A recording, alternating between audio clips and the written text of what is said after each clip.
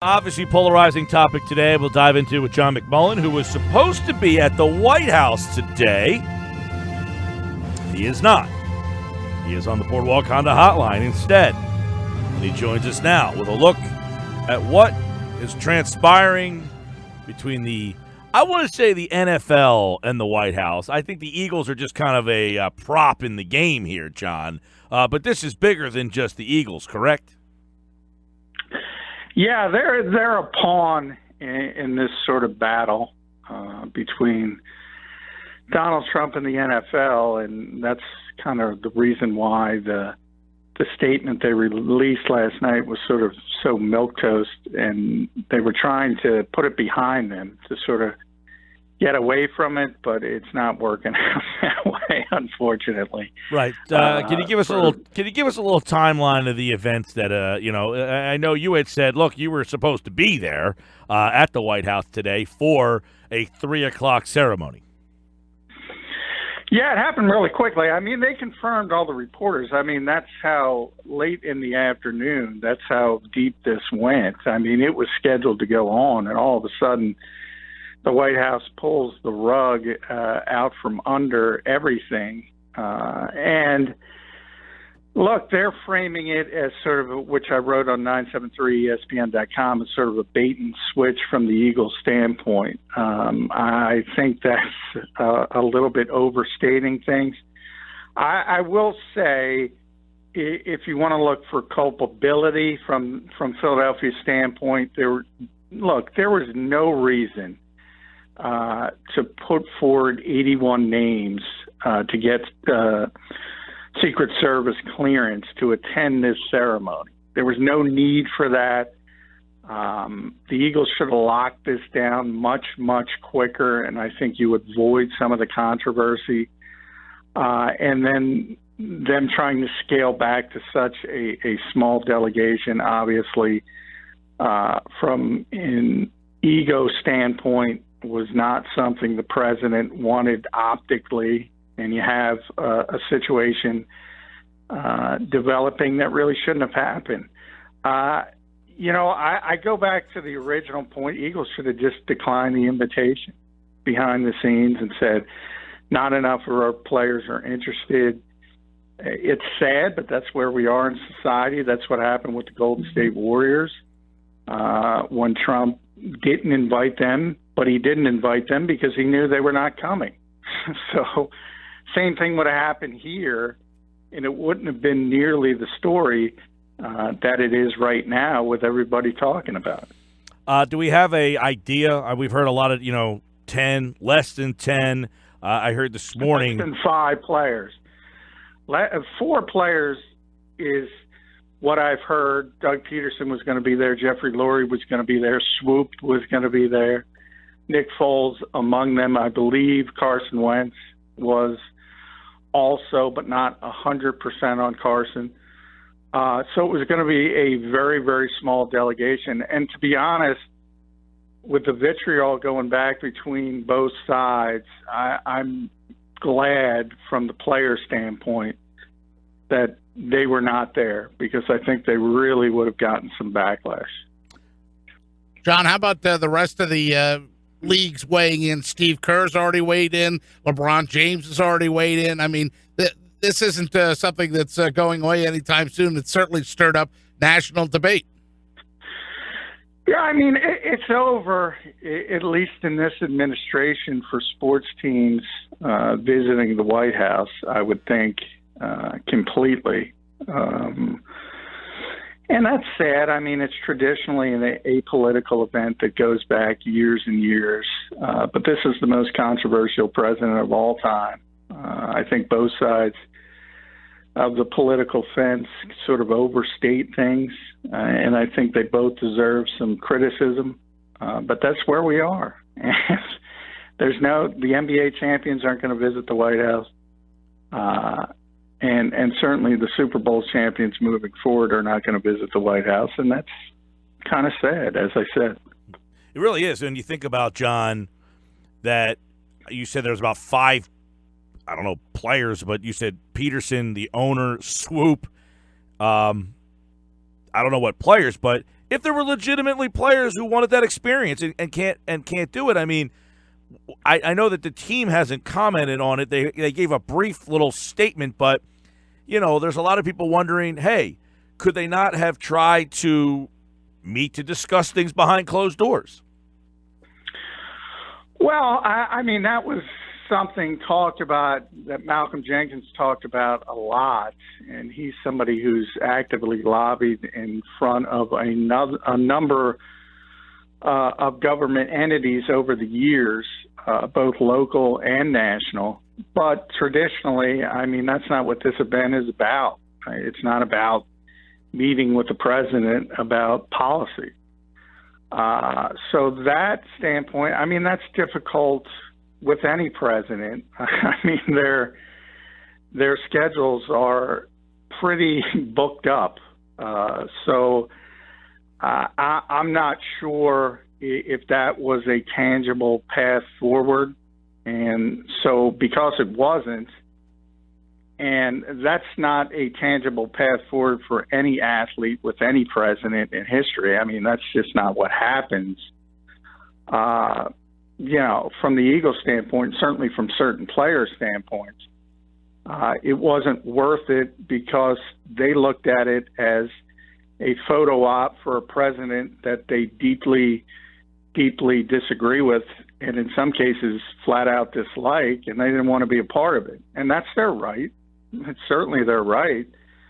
Last year, I think only 34, I think was the number, the Patriots showed up. So this is a very divisive president.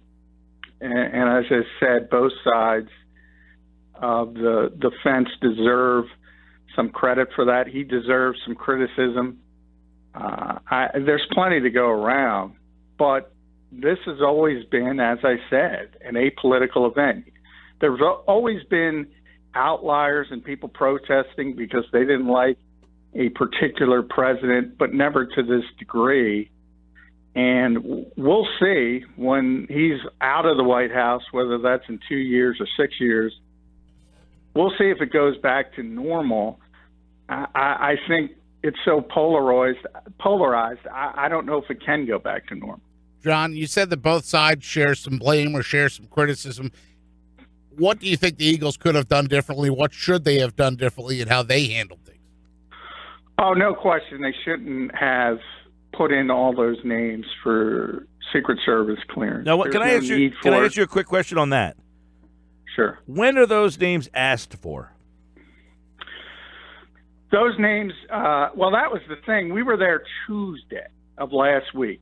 Now, Tuesday of last week, and talking to players, and they still didn't have it locked down. They were still having meetings.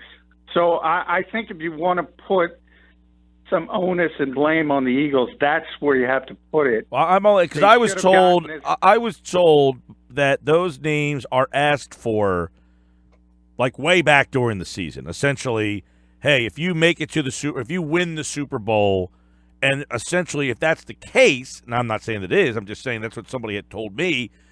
And if that's the case, maybe a staffer just said, "Here's our players, and here's our," you know what I'm saying?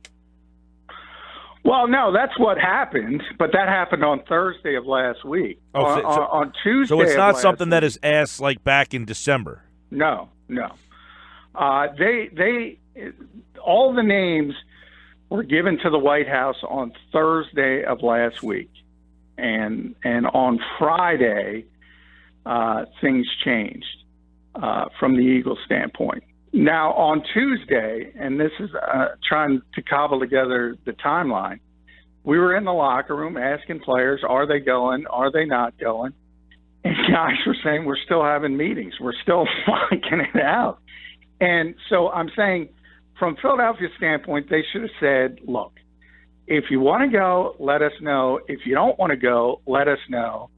And if it's 30 names, if it's 25 names, if it's 4 names, those are the names you give to the Secret Service to get clearance. There was no need to put 81 because that gives the White House the perception that these people are coming, and I think that's where the disconnect comes from. Sports Bash here on 97.3 ESPN. So, John, apparently within the last couple of moments, President Trump has said that we love our country, we respect our flag, we always proudly stand for the national anthem. We will always stand for the national anthem. He continues to make it about the national anthem. The Eagles, I guess, or the players that aren't going, would say it's much more than that.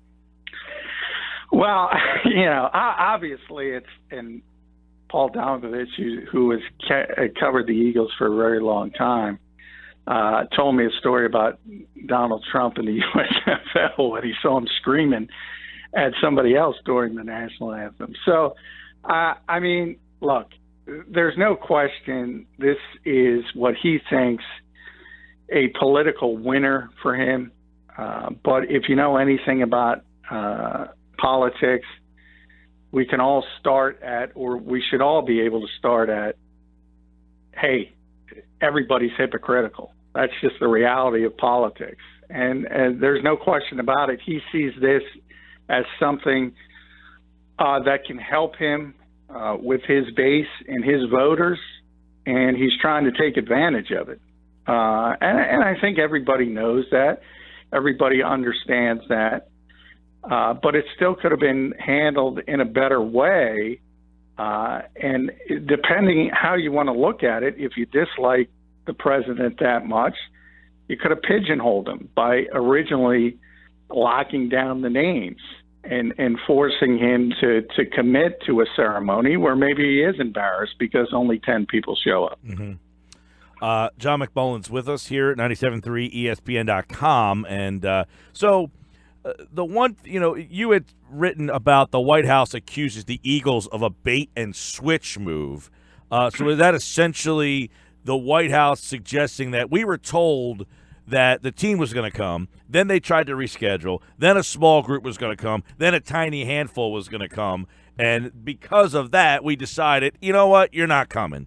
So it sounds like that's the White House narrative. And look, part of it is true. The part of it is true that is you can, because the Secret Service keeps records of all these things, and they were given those 81 names to clear for the White House ceremony. Now, there could be some nuance to that. There could be saying the Eagles could have made it clear these are the people that might come and we need to get cleared. And then when they tried to scale things back on Friday, you can make that argument. But that's where I said, if you want to put any blame on the Eagles, that's where you got to put it. If they were more clear earlier in the process, I don't think we would have the problem that we have now, and I don't think we have the national controversy. John McMullen is with us. It's crazy that it got to this point. Pretty sad when you think about it, that both sides, and it appears that, as we kind of touched on a little bit, but that this whole ordeal is about the owners getting played by the White House, and that the NFL owners allowed themselves to get played by the White House by the rule that they put in place that apparently the White House is still not thrilled with. Yeah, well, I think that's part of the NFL's problem. I think, again, both sides of the political fence have sort of played this up in the wrong way, in the fact that the reality is Donald Trump doesn't have any power when it comes to the National Football League other than what's called the bully pulpit if you're the president of the United States. And that's what he used against the NFL. But remember, when he called the players SOBs, the league didn't change its policy. The league ultimately changed its policy, I believe, because they felt it was affecting their business. However, a lot of people in the media spun it as Trump beating the NFL. Now, you have to understand, from Trump's perspective, he loves that because he's portrayed as the winner. And from the loser's perspective, and I put losers in air quotes, they like it too because they can blame the guy they hate. And the reality is, he doesn't have anything to do with it. He really doesn't. Mm-hmm. I mean, the only thing he can do to the NFL is through legislation, and to sort of punish the league legislatively, he would have to have the support of Congress, which he would never get. For instance, if he wanted to take away some of their tax breaks or things of that nature, that's not how this country works.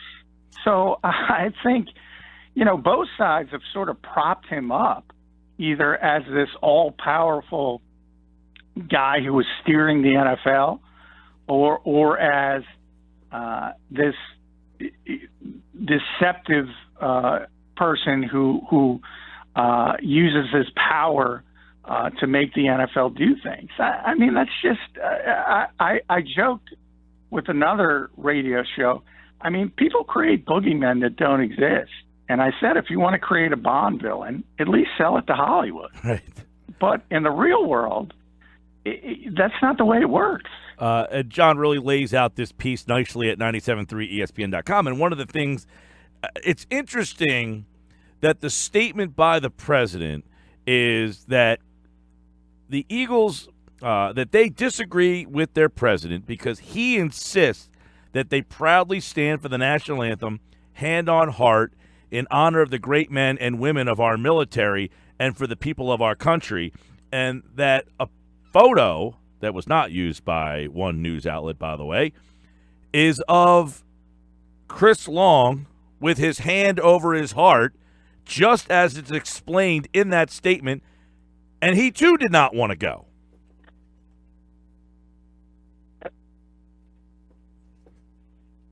I think we might have lost John there. Go ahead, John. We lost you for a second there. We lost you from the beginning.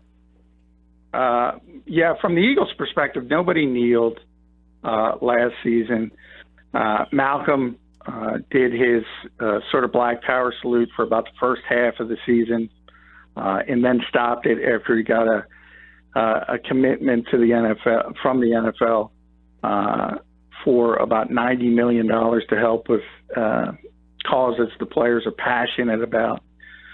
So that part had nothing to do with the Eagles, and that's the part where I said they're being used as a pawn for the entire league.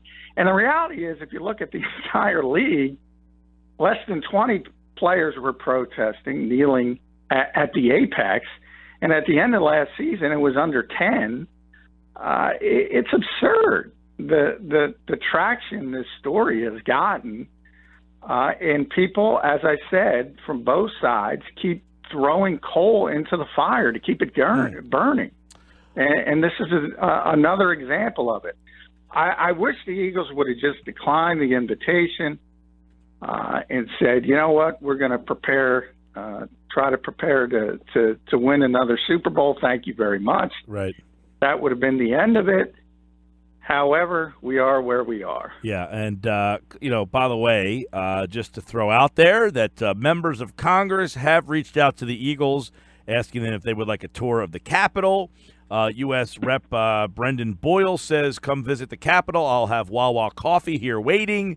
So some members of Congress have offered the Eagles a chance to come visit there. Also, Philadelphia Mayor Jim Kenney has blasted Trump's decision, so we've certainly have probably not heard the end of that story ping-ponging back and forth. But I do want to get into the comments today from Chris Mortensen, which he was on NFL Live today, essentially saying that, as you have echoed many times, John, that the feeling is more and more that Carson Wentz will be ready for week number 1.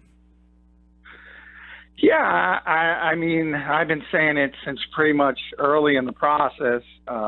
That's right around the 9-month period, 4 days before 9 months, which would be sort of the normal timetable for an athlete. And I think anyone who knows Carson knows he's going to go above and beyond. And look, we've only been able to see 2 on-field OTA practices so far. He's way ahead of schedule. He's doing way more than any of us thought he would. We'll be back at the NovaCare Complex tomorrow and Thursday. I don't think anybody's going to be talking about football tomorrow, but He'll be on the practice field. I imagine he will be doing all the individual drills as he has been. Yeah, I mean, he's going to be there. Unless there's a massive setback and he gets re-injured, he's going to be there on September 6th. Hey, I did find this story interesting, John, in your time covering the NFL, that the XFL has hired Oliver Luck to be its new commissioner. Now, Luck is a very interesting guy. His son, obviously, plays for the Colts. He was working out of Indianapolis and seemed to have a pretty cush job working near his son. Does that make you take the XFL a little bit more seriously? A little bit, because they got an actual football guy. They never really did that in the first version. So that's a positive. But they're so far behind the other league, which has a lot of football people involved already, the AAF, I believe, which interestingly enough is headed by Dick Ebersol's son, who did the documentary on the XFL, which was his father's league along with Vince McMahon. So he's got the big head start. They're going to play earlier. They have a lot more football people on board. Seems like a much more serious venture.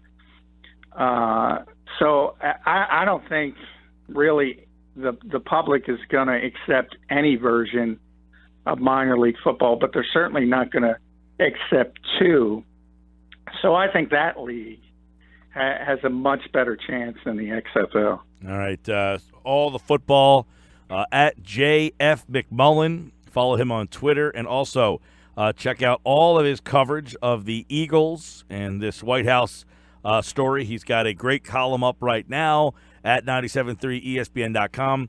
Feckless turns to foresight for Eagles. Good job, John. It's a good headline. Read the article at 97.3ESPN.com. John, thanks, pal.